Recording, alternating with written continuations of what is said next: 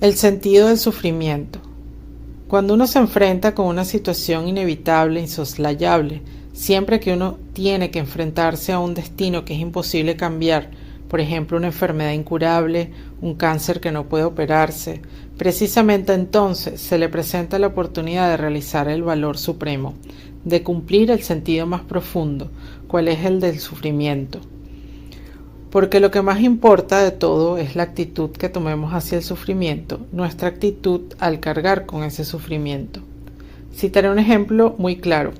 En una ocasión, un viejo doctor en medicina general me consultó sobre la fuerte depresión que padecía.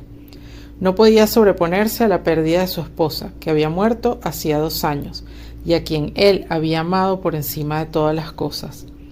¿De qué forma podía ayudarle? ¿Qué decirle? Pues bien, me abstuve de decirle nada y en vez de ello le espeté la siguiente pregunta. ¿Qué hubiera sucedido, doctor, si usted hubiera muerto primero y su esposa le hubiera sobrevivido? Oh, dijo, para ella hubiera sido terrible, habría sufrido muchísimo. A lo que le repliqué, lo ve, doctor, usted le ha ahorrado a ella todo ese sufrimiento, pero ahora tiene que pagar por ello sobreviviendo y llorando su muerte. No dijo nada, pero me tomó la mano y quedamente abandonó mi despacho. El sufrimiento deja de ser en cierto modo sufrimiento en el momento en que encuentra un sentido, como puede serlo el sacrificio. Claro está que en este caso no hubo terapia en el verdadero sentido de la palabra, puesto que para empezar su sufrimiento no era una enfermedad y además yo no podía dar vida a su esposa. Pero en aquel preciso momento sí acerté a modificar su actitud hacia ese destino inalterable, en cuanto a partir de ese momento al menos podía encontrar un sentido a su sufrimiento. Uno de los postulados básicos de la logoterapia estriba que el interés principal del hombre no es encontrar el placer o evitar el dolor, sino encontrarle un sentido a la vida, razón por la cual el hombre está dispuesto incluso a sufrir, a condición de que ese sufrimiento tenga un sentido. Ni qué decir tiene que el sufrimiento no significara nada a menos que sea absolutamente necesario. Por ejemplo, el paciente no tiene por qué soportar, como si llevara una cruz, el cáncer que puede combatirse con una operación. En tal caso sería masoquismo, no heroísmo. La psicoterapia tradicional ha tendido a restaurar la capacidad del individuo para el trabajo y para gozar de la vida.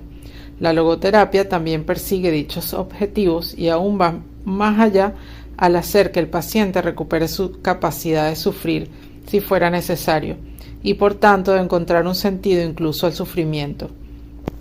En este contexto, Edith Weiskopf Johnson, catedrática de Psicología de la Universidad de Georgia, en su artículo sobre logoterapia, defiende que nuestra filosofía de la higiene mental al uso insiste en la idea de que la gente tiene que ser feliz, que la infelicidad es síntoma de desajuste.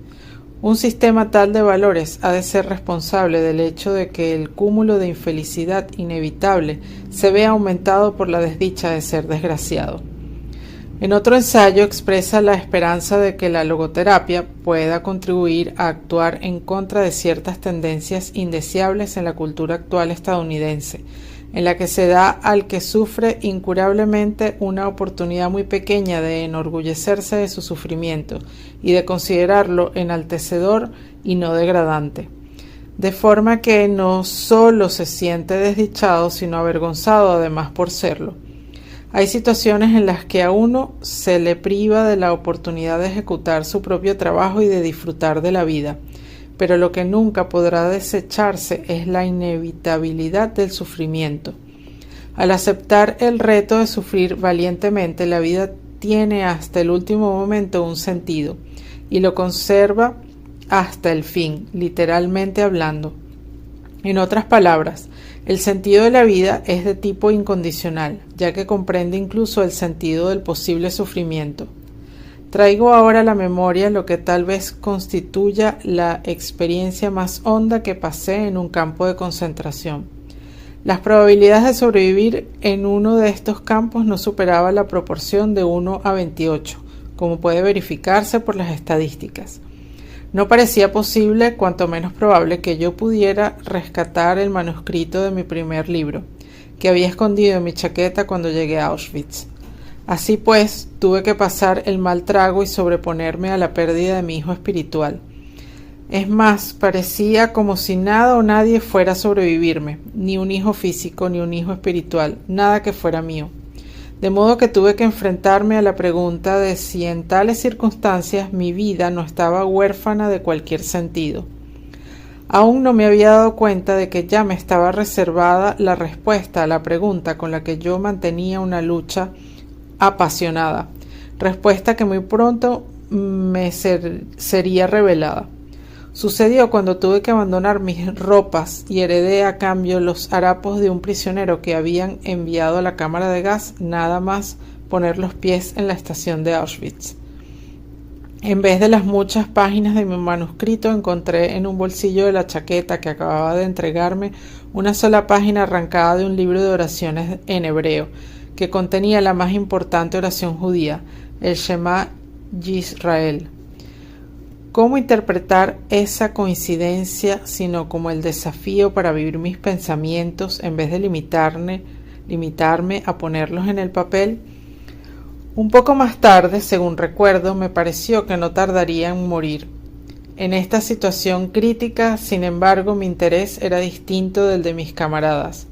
Su pregunta era: ¿sobreviviremos a este campo?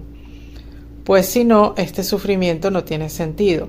La pregunta que yo me planteaba era algo distinta. ¿Tienen todo este sufrimiento, estas muertes en torno mío, algún sentido? Porque si no, definitivamente la supervivencia no tiene sentido, pues la vida cuyo significado depende de una casualidad, ya se sobreviva o se escape de ella, en último término no merece ser vivida.